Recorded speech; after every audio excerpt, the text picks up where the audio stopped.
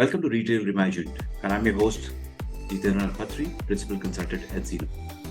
This podcast brings you insightful conversations with CXOs as we embark on an exhilarating exploration of the retail industry. Join us as we uncover strategic insights and innovative ideas that are reshaping the way CXOs navigate the evolving retail landscape. From traditional stores to digital platforms, and from emerging trends to cutting-edge technologies, we dive deep into the realm of strategy, customer experience, and visionary leadership. Get ready for thought-provoking discussion, captivating stories, and actionable takeaways that empower CXOs to reimagine the future of retail. So once again, welcome to Retail Reimagined, where the future of retail begins. Hi folks, welcome to another captivating episode of Retail Reimagined with me, your host, Jitendranath Patri. My guest today is a CMO, but with a difference. He spent years in the merchandising and category management space, gleaning his experience across apparel, personal care, wellness, and other categories, including building an e-commerce business. So please join me as I welcome Zubair Patel, Chief Merchandising Officer of Health and Glow, to the show.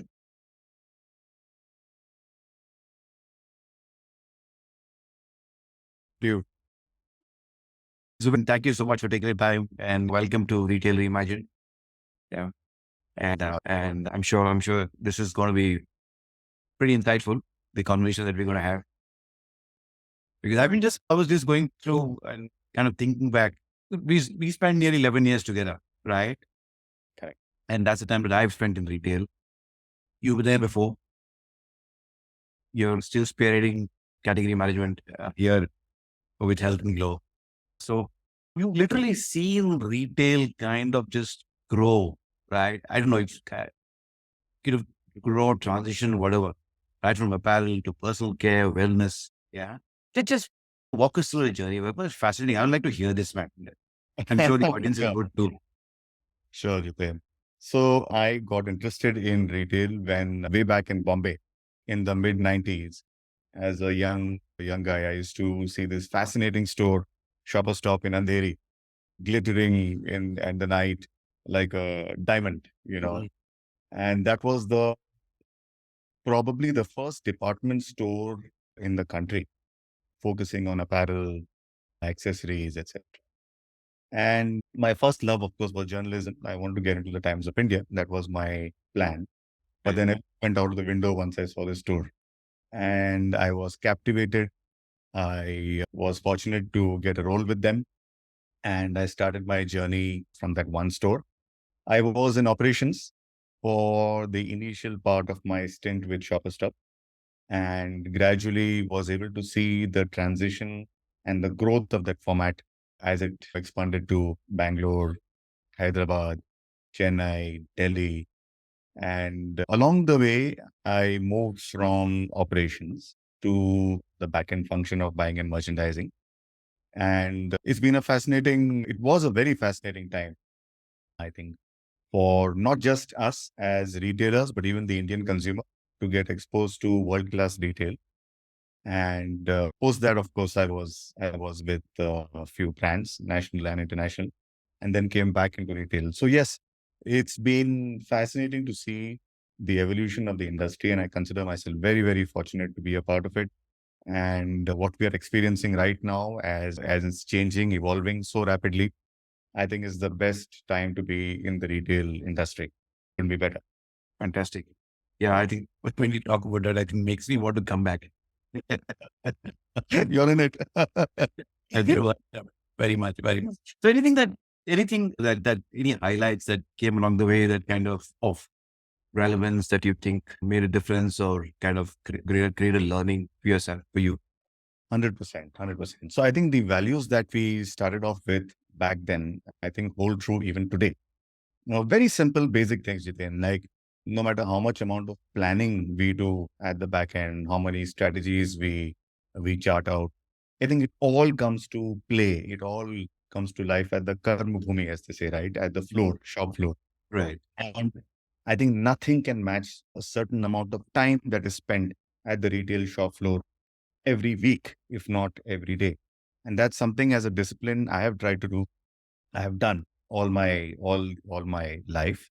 And I encourage all my younger colleagues, younger team members who join the team to go and spend time at the floor, not just during the probation time or when they are on training, but even afterwards, because that's when you come to see that whatever you've planned, right, whatever you put in place as either as a buying plan or as a visual merchandising plan, as an assortment plan, as a pricing strategy, is it working? Is it not?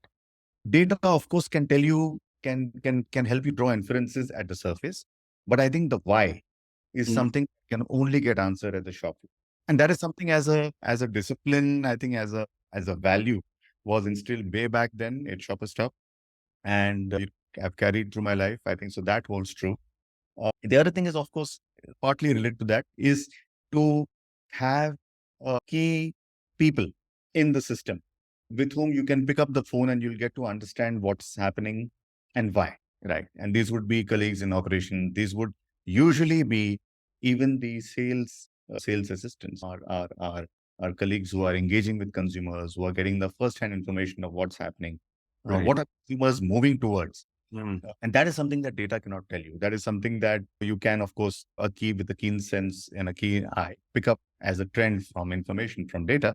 But I think nothing matches a one-on-one interaction. So that I think is the core, I think, takeaway that I've had over the years.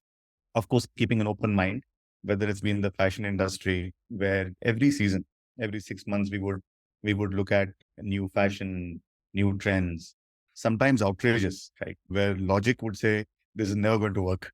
But but again, along the journey, I've learned that if we keep doing the same thing over and over again, we will obviously see the same results. We have to try something different. We've got to push the boundaries, especially in the fashion world. If you don't experiment, if you don't give credit to what the designers have created, at least to the extent of 5 to 10%, right? And just consider that as an experimentation, as risk. And of course, buy the safer merchandise, but put at least 10% on risky merchandise and see what happens to it. I think that has always been in my profession journey. I've seen that gives a bit of an edge, right? And it helps. Beauty and personal care, of course, is going through a tremendous evolution at this point of time. We'll probably talk about that as we speak. But it's a journey of discovery, not just for us as retailers, but even consumers. Right. Discovering beauty and looking at it from a very different lens. People are looking at skincare from a very different lens. There's the birth of D2C brands, and of course, legacy brands, and new products getting launched almost every month. So it's fascinating to see the changes that have happened on the fashion apparel side, which are slightly slower and more spread out over months. Whereas on the beauty and personal care side, it's actually weeks. Very different ecosystems, very different norms, very different, therefore, challenges, and very different, I think, creativity that's required to run different businesses successfully. So yes, it's been fantastic. Super. Yeah, two things. I think the 2 points you raised very, very important. I think if you really want to understand customer behavior, I think stand on the shop floor, not shop floor, but actually on the floor and then actually observe, Yep. right? But the second part, I think, when you talked about trends and the fashion trends and the collection that you want to launch every season, I think take me back to possibly the time that I really enjoyed. And these were periods just before a season, start of a season, I think, you would come and present the collection for the for the for the month, for the season. And I said, wow, fascinating. At least you would give me a different perspective, take me into a different world. Yeah. Yeah. So how has this changed? Has this changed over the years? Over the years that you've been there in category management, has it really changed? What kind of evolvement transformation has it Sure. gone through? Yeah. Sure. I think it all boils down to one very key word when it comes to, in fact, I would not even say selling. It's about engaging the customer. And it could be the internal customer, like, for example, you as part of our marketing team back then, and eventually the end consumer who engages with the product. And that key word is storytelling. If I'm able to tell you the story Right. of product, of the journey of the product, of the brand, and, I've seen some fascinating stories. And let me give you one very recent example of a product from Unilever called Indulekha. Now, it's an oil which has a lot of legacy. It's made in Kerala. There is a certain procedure and process by which the oil is prepared over a period of days and weeks. and finally distilled and created into a fabulous product, which is very, very efficacious, etc. Cut to, let's say, the collections and stories that we would see in the apparel world, whether it was creation of a certain culture where certain brands would come in with a certain legacy, and therefore, how do you convey that culture? How do you convey the legacy of the brand and the product into that one style which is showcased? So that was fascinating. I think that's something that as a buyer and as a merchandiser, if we are attuned to paying attention to, that what is the story I'm trying to convey over here?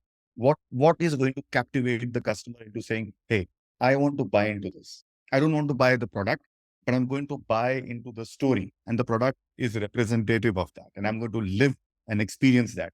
And that's fascinating because you can you can engage with amazing frequency. You can engage with a variety of subjects and topics, and you can engage a wide number of people across the length and breadth of the country. Our nation is so vast that it's often, and coming back to the hardcore business, while there are I think certain part of the assortment would work across the country, one has to build in regional nuances. For example, certain colors engage Eastern consumers in a very different way as, say, the consumers in the West. Certain prints work in a different part of the country and would not work at all in a different part of the country.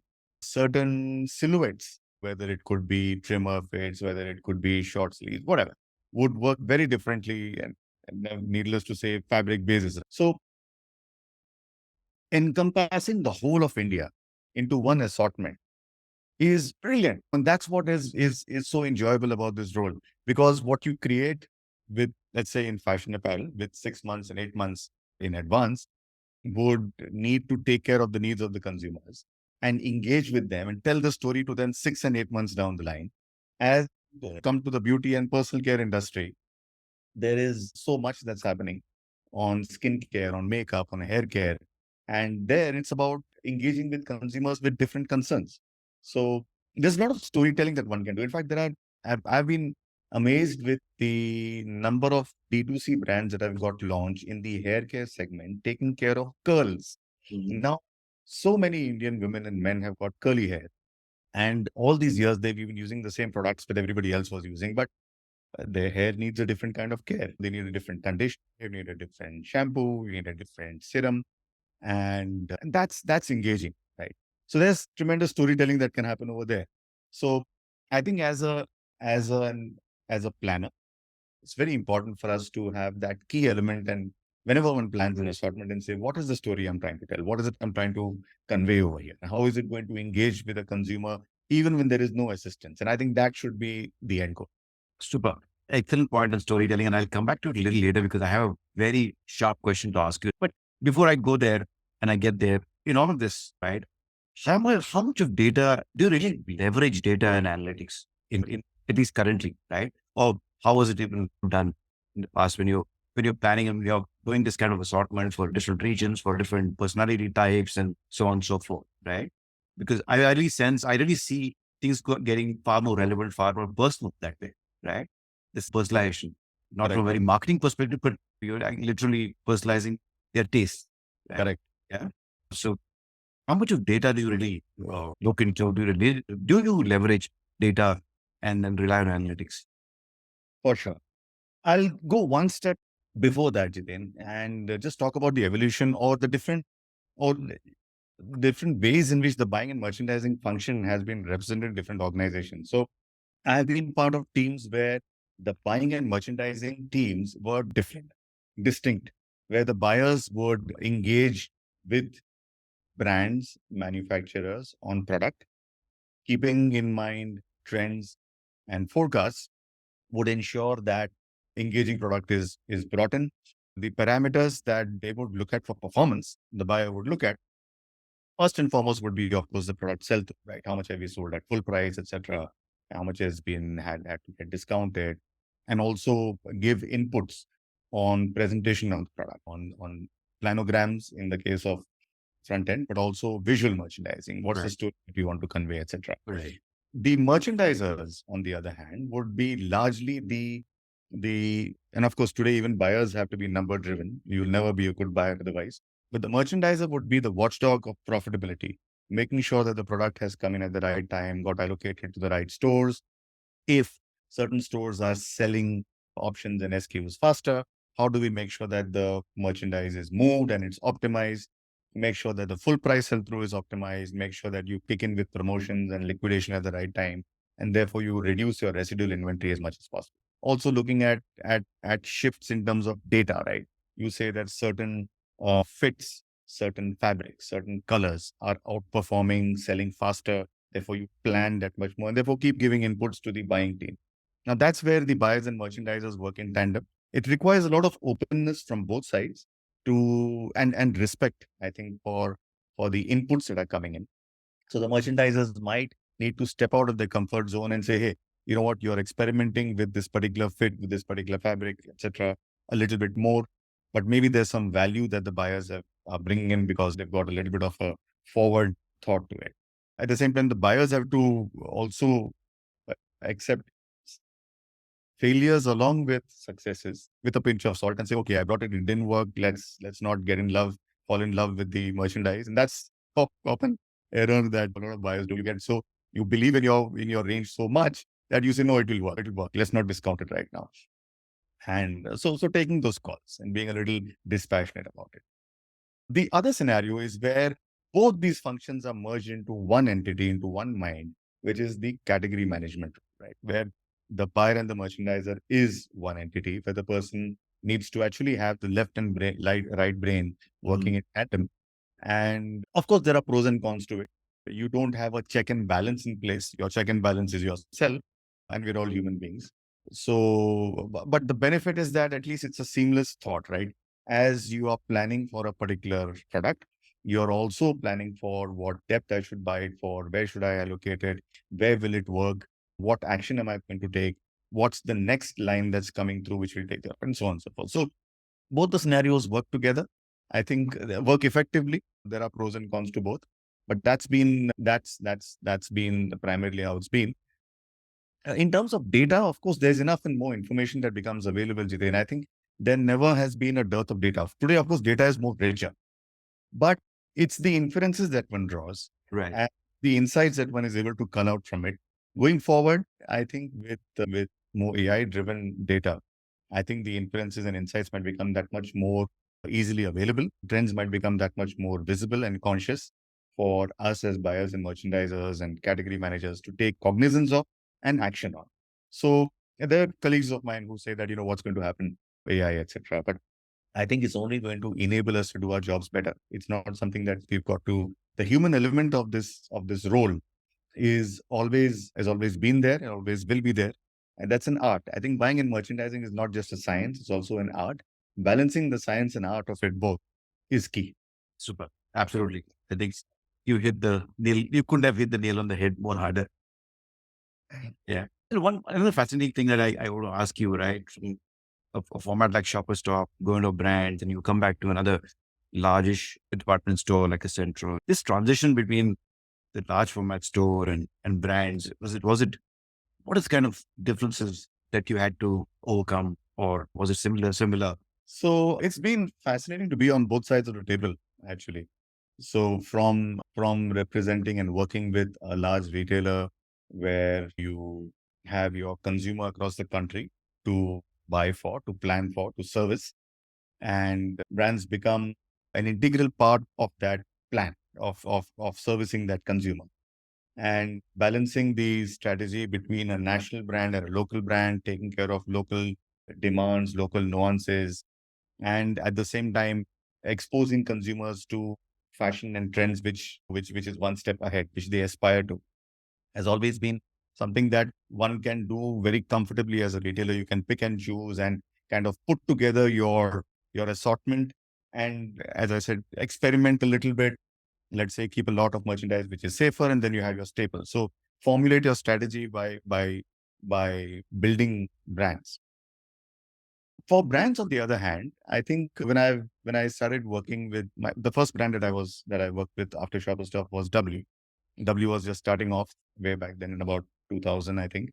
And fascinating concept. How do you make Indian salwar kurta dupatta, which every Indian consumer would have been stitching for a fairly nominal cost.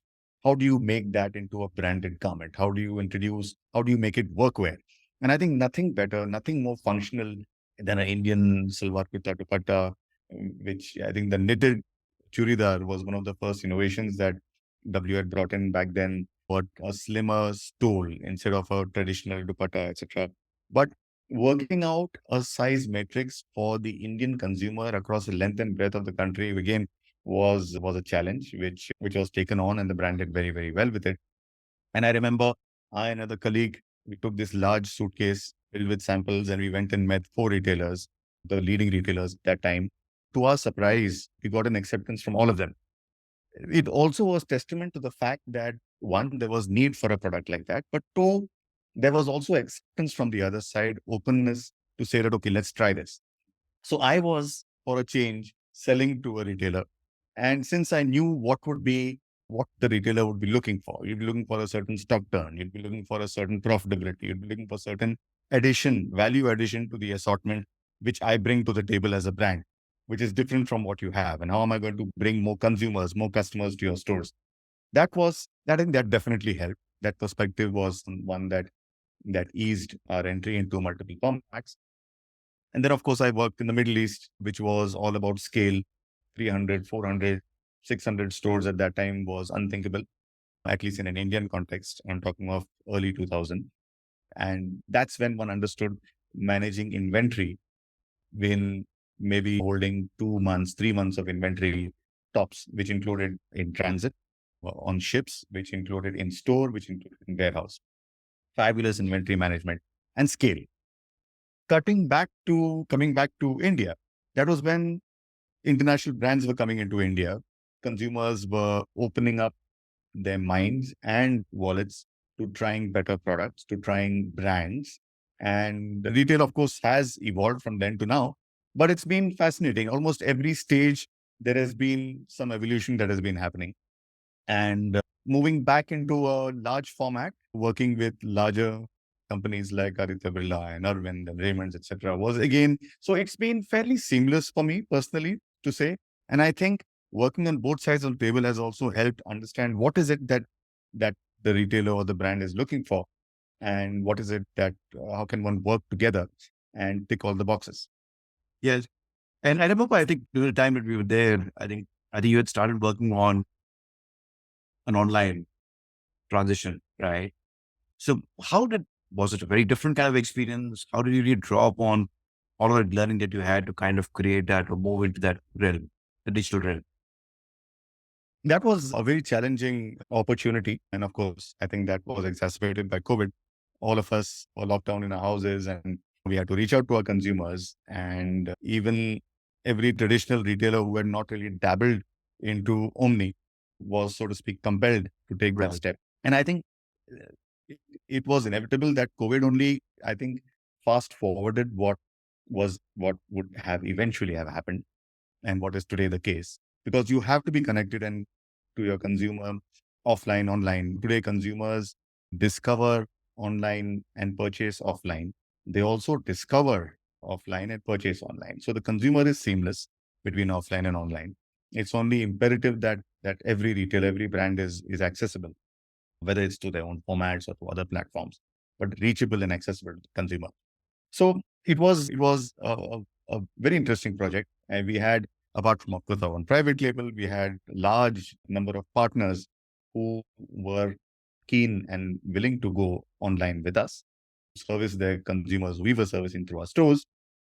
But yes, I think getting content, getting the visuals, getting the images together, making sure that they are all in a format that we required, coordinating with different teams. I think that was the biggest challenge. I think coordination between the buying and merchandising teams, indirectly through the brands, coordinating with the marketing team, yourself and a few other colleagues, and we used to work on our weekly strategies on what are we going to do. One fact, of course, is that we were at that point of time still grappling with the profitability aspect of online, right? Because the online consumer is used to buying at discounts. And then how do you, as an offline retailer who don't necessarily need to sell on discount, how do you traverse that journey? Of course, from then to now, I think there's been a lot of clarity of thought, of execution that's come across. People do work with season -1, season -2 on online, on their online arms, and offer the full price merchandise in their offline stores. And some sense has kind of fallen into place. But yes, that was fascinating. I think as a project, as an initiative to take on and successfully launch. So yes, today I think it from get go being Omni is a must. Yeah, you would know that you've been working with so many brands and retailers. It's no longer a choice.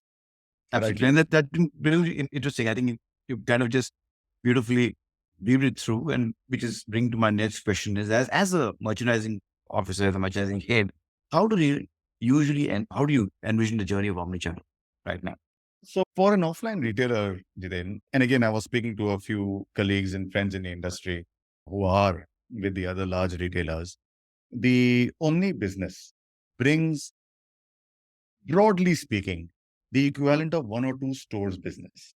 So I think it's important for an offline retailer, and I'll speak from an offline perspective, to understand that one is first and foremost in engaging the consumers in an offline manner.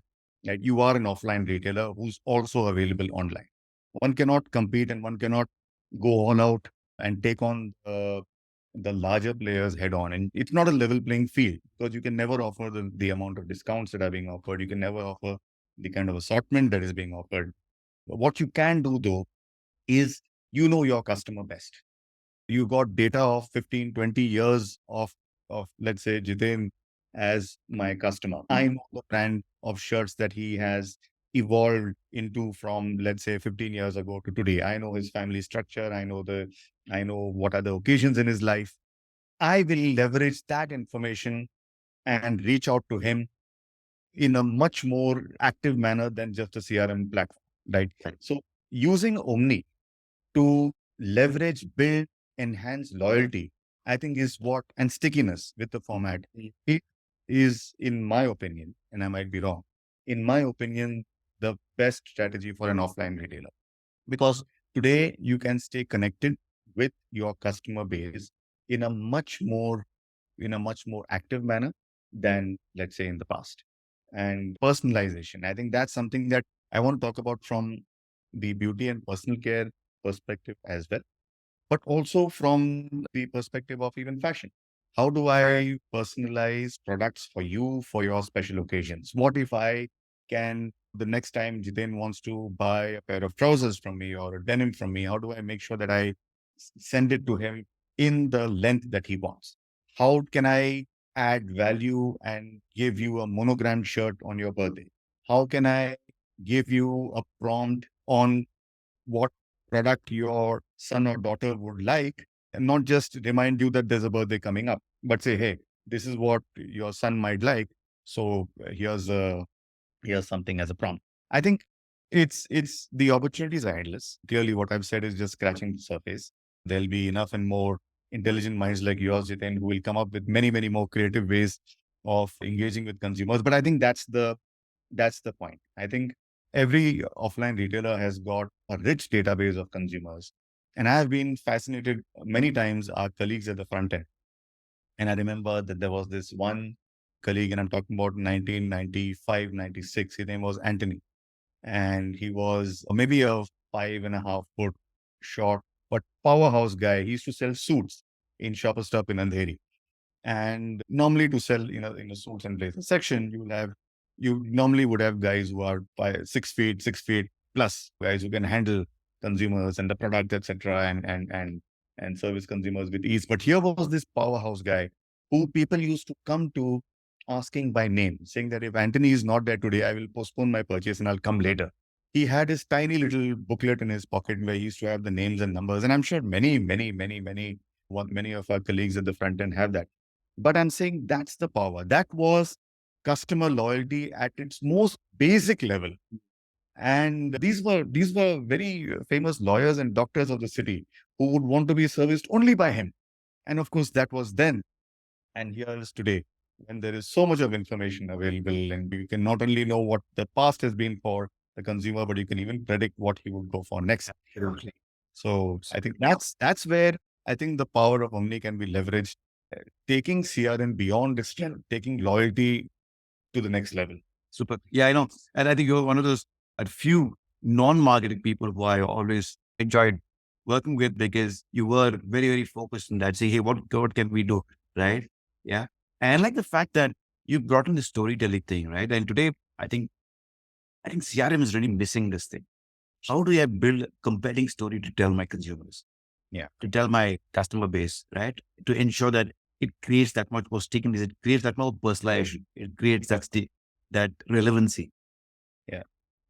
Yeah. And then the fact that you brought in that, hey, over a period of historical data, how can I use that Correct. to really, really make it that much more interesting for a consumer, for the customer? Both, I think, at the floor level, obviously, that can be done. Instead of a notebook, can I have a digital pad or something that with all that data endpoints, or even through the communication that the brand does with the consumer, right? Yeah. And then I just want to weave it to my next question, which, merchandising. What kind of a role does it play in driving customer experience and loyalty? So one of my favorite CEOs used to often say that the role of the backend team, especially that of the merchandising team, is like that of a football coach. You can plan, you can strategize for the final match. You have your charts, which player is going to play in what position and at what time. And likewise, right? We plan our season, we plan the brands, we plan the assortment. And once the season is launched, the game is on. The fun lies in the coach not just playing a passive role when the game is on, but playing a role from the periphery along with the players. And we've Right. seen the best coaches in the most animated manner. Sometimes they even be called out by the referee saying, "Hold on, you're stepping onto the field. Step back." Right? And but they are in it. They are in the game. So the coach plays the game with the players, even though he's not on the field. I think that's the role of buying and merchandising. You don't just set the game. You don't just set the assortment for the season and say, "Okay, go play." You play the game along with the players, and you do that, of course, by feeding in information, by thinking like an operator, by looking at which style is working in which store. Has my product been displayed properly? Is my planogram enabling the store, of course, with all thoughts, and then ensuring that it's working, and then evolving, because of course, nothing in life is perfect, right? No plan will work to the T. So what do? You evolve your game, you improvise, and working with the operations team on working and improvising and saying, okay, the assortment is, these styles are not working, let's do a transfer, let's do a markdown, let's take some action at the right time, ensure that the product life cycle is met. Ensure that if a product is selling off faster, how can I react quickly, maybe in a more proactive manner, and ensure that I refill and prolong the length of the option. Some bestsellers, how do I take them forward into the next season? So that's what I'm saying. Your role is that of a coach who's constantly with the operations team, who's constantly working with them on making sure that their targets are met, of course, targets, of course, combined. But I'm saying that the daily target is met, which of course takes you to the month and the season. It's a collective objective. I think making sure that the store operating profit is met is equally a responsibility of the buying and merchandising team. And which is why a store level understanding is very, very important. Understanding of the SOP or the profit as we speak is in my view, important. At the same time, ensuring that the operations team are able to understand that if there is a new trend. I'll give you a very funny example. At one time, this was some years ago, larger sized products, right? Oversized products were cutting into trend with longer length t-shirts, slightly larger sleeves, etc. And we found that when these options and styles were just about introduced, let's say a brand usually would have about maybe 150 to 160 options in a 300, 400 square foot shop in shop. We had about, I think, 15 or 20 of such options. It was a new trend just coming in. And we realized that while certain stores are selling it well, in certain stores, there is zero business.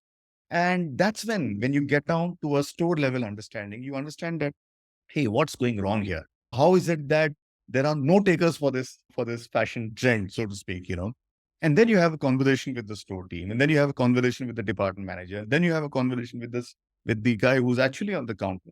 And you realize that that guy has thought that it was a defect. He thought that all those t-shirts, all those the garments were oversized and it was a problem. And he had taken the entire stack and pushed it down out of sight of the consumer. waiting that when the sale comes in, it will probably cover at a discount, and then whatever doesn't sell will get liquidated. Now, that's the problem when the storytelling breaks down. Right. When, as a coach, you're not paying attention to that one single player who's going weak and saying, hey, hold on, what's going on over here? And you then work together to say that, okay, I've given a planogram. This is how it's got to be displayed. This is your trend of the season, etc., and how you take it forward. So so the role of B&M, of course, needless to speak, I think is of course delivering profitability. You deliver your stock turns, you deliver your margins, you keep your dead inventory under control, you keep your returns under control, you keep the markdowns as much as possible under control, and look at full price sell through. No doubt about that. But I think the way to go about it is, I think, making sure that you're playing the game on a daily basis with your colleagues at the front end. And not just for, I often tell my team members that as buyers and merchandisers, we actually live in 3 time zones. We don't just live with the season merchandise that or the product that is on the floor right now, but we also have to ensure that our site is on the product which has been brought in the past, let's say a season ago or something which has brought in, say, 2, 3, 4 months ago, and what is going to come up and what's going to engage and what's going to create aspiration for consumers in the next 2, 3, 4 months, right? So you actually have to live in 3 time zones, and it's wonderful. I think as buyers and merchandisers, one has to intrinsically be a planner. I mean, one cannot be great at work, at forecasting, planning, and in your personal life procrastinate everything. It just can't happen. Right. As a person, and I've seen this. I've seen that some of the best people in this function are those who are able to plan ahead and think a lot more ahead. And of course, keep an open mind. I think that's very, very important. Collaborate. Again, it's a function which cannot be done in isolation. You are dependent. You are interdependent on operations. You're interdependent on finance. You're dependent on logistics. You're dependent on marketing. We used to have tons and tons of conversations on how to make things work. Absolutely. On loyalty and so on. So we work together. I think collaboration is very, very important, and having an open mind is important. Not taking things personally, again, is also very important, because look, everyone's there to do a job. Everyone has good days and bad days. We are all human beings. But many a time, my personal approach has been that even if I'm engaging, it's always the point that the person is making, the point that I'm hearing being made is more important. And it might be right. And I might disagree with it, but it is. And I think working in a collaborative way, nothing goes beyond that. True. Yeah. And one quick question before I get my the last one for our conversation is today you have D2C brands, and suddenly you realize that D2C brands are also going offline. Correct. Yeah. So what is it telling? Is it saying that, hey, and then offline brands will be predominantly offline, or retailers will be predominantly offline, also going online, right? So what is it telling? What is the takeout there? Is it think digital first? What is it? So, and I'll speak a little bit about the beauty and personal care industry, because it's fascinating me for a few years. And of course, needless to say, it's a $15 billion industry in India and expected to double by 2030. I don't think the industry right now in retail is growing at this fast pace. And of course, there are certain trends which are fueling this. I mean, Indian consumers are exposed to more and more beauty trends. Middle class consumers are spending more on their appearance. I think that's fascinating. We're looking at close to 1,200 D2C brands launched in the last 5 years. Wow. And I mean, I don't see which other sort of retail industry has had so many D2C brands coming in across makeup, skincare, hair care, etc. A lot of international brands, of course, needless to say, are stepping into India. And while physical retail is dominant, and I'm talking about India across tier 1, 2, 3, Right. and maybe 4, needless to say, I think consumers are consuming not just in the traditional way, but also online. And that's where a lot of consumption is happening. It's fueling the growth in such a way that there are, as you said, D2C players today stepping in with their own stores. There are business partners of ours, for example, Velvet, who's looking at almost 60,000 sugar. That is almost 60,000 touch points across the country, across kiosks and stores and department stores and multi-brand outlets. And that's the size of the market. I think India is poised for a very, very large leap. Consumption has been fairly nascent. Today, people are consuming not just makeup, but looking for other things. We're looking at clean beauty. People want, in fact, at Health and Glow, for example, we've got consumers walking in asking us for which are your clean beauty brands. And that is fascinating because they know that I don't want minerals, I don't want phthalates, I don't want sulfates, I don't want parabens. People have been asking for cruelty-free products, vegan products. And that's an opportunity which is massive. I think the role for a retailer, though, is going to be using data, using information that's available of the consumer, and using AI tools to create personalized solutions. And I think that's the way forward. Personalization when it comes to skin. And for example, at Health and Glow, we've got a very active skin analyzer tool where within a matter of a few minutes, you click a picture of the consumer, you take a selfie, your skin tone is analyzed. And on your skin, there will be certain parts where you either have an oily skin or you have a dry skin. I'm talking about the face. You also got a combination skin. Certain parts of your face would be dry, certain parts of your skin, let's say the nose, might be oily. Hence, what are your recommended products? What is mandatory for you? What is optional for you? And what is so it's that's the way forward. I think personalized solutions using technology and the assortment, of course, at your disposal to create a great reason for the consumer to keep coming back. And that's loyalty. When you use a product which is recommended by, let's say, a tool, and you use it for a period of, let's say, 90 days, and you see that it works, your belief and relationship with that format, with that retailer goes to the next level. Absolutely. And it's a great way of engaging. I think it's fantastic. You're also engaging with your customer or your part of the engaging with the your loyal customer. Hundreds. As in India, in the Even we've had consumers who've taken the test have, and again, I'm sorry, I'm not trying to promote this. I'm sure multiple formats will have their own solutions, but there are consumers. I think that the true, what do they say? The proof is in the pudding, right?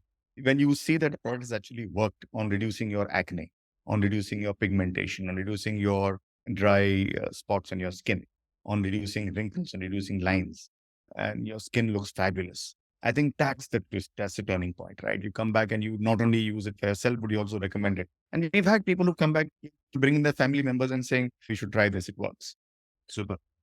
So you've seen, I know, retail through a lot, right? Of course, much before from the late 90s, early 2000s, pandemic, post-pandemic. Yeah. So what are trends do you anticipate that will shape the retail industry as we go forward? From your perspective. Sure. I think the biggest trend, and this is again proven in multiple studies worldwide, is engaging with consumers, engaging with customers who we know with personalization. At the risk of sounding repetitive, I think there is no other alternate to it because the access that consumers will have to the same product, to the same SKU, will be through multiple ways, right? Today, the one, let's say the black shirt that you're wearing, could be available to a consumer across multiple retailers, across in store, offline, etc. But I think it's going to be very interesting, important for us to take that to the next level with personalization. I think consumers are going to look at seamlessness in access to brands. You're not going to be limited to any one channel or one format of retailing. You will want to shop offline and online. I think that seamlessness between both is there. And lastly, of course, slightly more intelligent way of buying and merchandising with AI powered technology, which will ensure that we get a little bit more accurate and we therefore reduce wastage. I think that's something that what is the function for? Honestly, if you ask me, a good buying and merchandising plan, a good plan ensures that you not only meet your profitability goals and targets, but you also reduce wastage. It's a fact that a lot of apparel goes into landfill. What if that the role of buying and merchandising using intelligence is going to reduce wastage, and I think one last trend which might pick up in India, and we'll have to wait and watch, is going to be about reusing, right? I think we're still at a very nascent stage, and cultural nuances aside, we'll have to see how it takes off as a concept in India. But yes, today people do still spend lakhs of rupees on a garment which you will use one day in your life. But I think that time is not far away when we might have a flourishing reusable sort of industry as well. So I think these are the few things that we can look forward to on the horizon. Certain fundamental things will remain the same, but all the intelligence of what we have in the past combined with what's going to come in the future it makes retail still a very, very fast time to be in. Absolutely. I think, and as you say, like envision how the entire thing just dovetails into a beautiful story, and how can you use a story to engage the customer with, right? And the points that you made, like, but of course, retail, the basis of retail will always stay and be relevant even today. Correct. So, Jen, one of the things I want to mention is that sustainability. I think people are post-COVID. I've seen this both in the beauty and personal care industry as well as in the fashion. People have become conscious of what they've been consuming, right? So you might consume less, but you want to consume a little better. There is also a certain, at least among Gen Zs, there is a certain awareness of, is a brand aligned to my set of concerns? Is the brand looking at sustainability? Is the brand looking at, has it got any recycled material? I know of certain friends who have just launched their own D2C brands, which are 98% recycled. It's phenomenal, Jiten. Of course, this is in the bags in the industry of luggage and bags and handbags, backpacks. But I think that's the way forward. I Right. think people are going to align to brands which are more, and it's already happening, in fact, which are more in tune with their own values, and brands which communicate this and not just lip service, but actually stand for it and even declare and say, this product has 80% recycled material. I'll feel much more comfortable as a consumer buying into a product like that, knowing that it's adding to sustainability. Right. True. I think what I hear from what I've been hearing in the last half an hour or so that we've spoken, I think how, while retail has got so many functions, how each function is interconnected. Yes. And especially how even a function like category management, right, is actually enabling a better customer experience and helping drive enhance loyalty through personalized. But Zubair, thank you so much. I think it's wonderful speaking to you, and good to reconnect after so many years. Yeah, and I recollect all those conversations we used to have. Absolute pleasure is all within. I think what we are missing right now is standing next to a coffee machine. But I have mine, and I'm sure you have yours as well. This is as good as it can come. Super. But lovely talking to you. Thank you for this. Thank you so much, buddy. Thanks so much. Thanks a lot.